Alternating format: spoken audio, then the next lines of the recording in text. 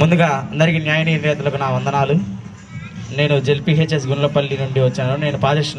నేను పోషిస్తున్న పాత్ర మాయల ఫకీర్.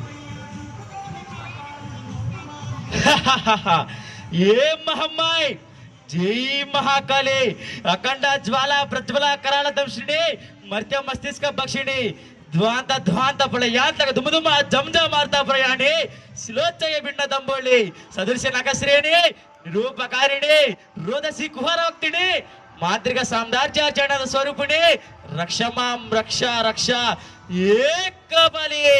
మాతా సెలవిచ్చిన ప్రకారం గండ బేరుండ పక్షులు చంపి ఆ నెత్తిట్లో 1000 సార్లు స్నానం చేశాను. ఇక నాకు చావలేదు కాదు.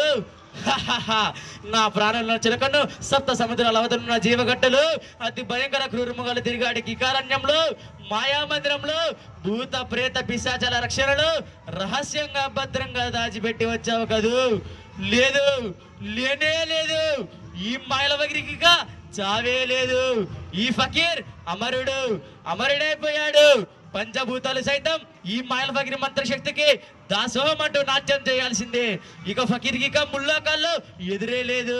ఈ ఫకీర్ మాటలకు అడ్డు లేదు. ఈ ఫకీర్కి ఇంకా ముల్లోకాల్లో ఎదురే లేదు. ఏ కాపాలి. కొన దొంగలైన సేవకులు రారాజులు కొల్లగట్టు తెచ్చిన వజ్ర వైడిరాది నవరత్నాలు వెండి బంగారం సర్వ సంపదలు మన పాతాళ గృహంలోని రాతి గుహలు భద్రంగా దాచిపెట్టి వచ్చావు కదూ. చెప్పవేం ఒక్క మనవా? ఏమిటా మనవి? మృత్యువా? మృత్యులో కంట కనిపెట్టి ఉండాలా?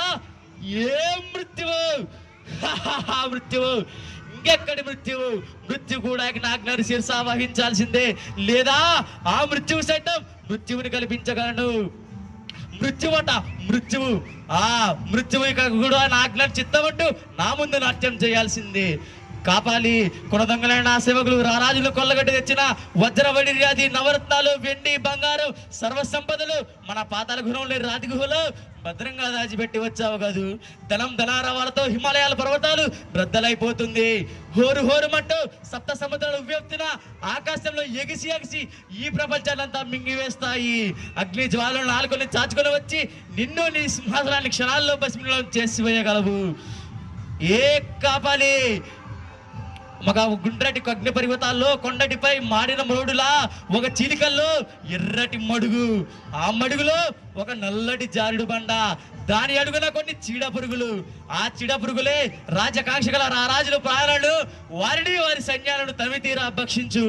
మట్టగజ కట్కముగ దంతాలతో సృష్టించిన మన దెయ్యాల కొట్ట చుట్టూ రాతి బలిబిలుగా పడి ఉన్న దాన మందాదుల పీగలు తెగవేసి ఆ వెండి రక్తాలతో మన భూత ప్రేత పిశాచాల దాహం తీర్చు. పో ఇక్కడ నుంచి. ఇక జీవితం అంతా సుఖం సంతోషం. ఏం మహమ్మాయ్. జై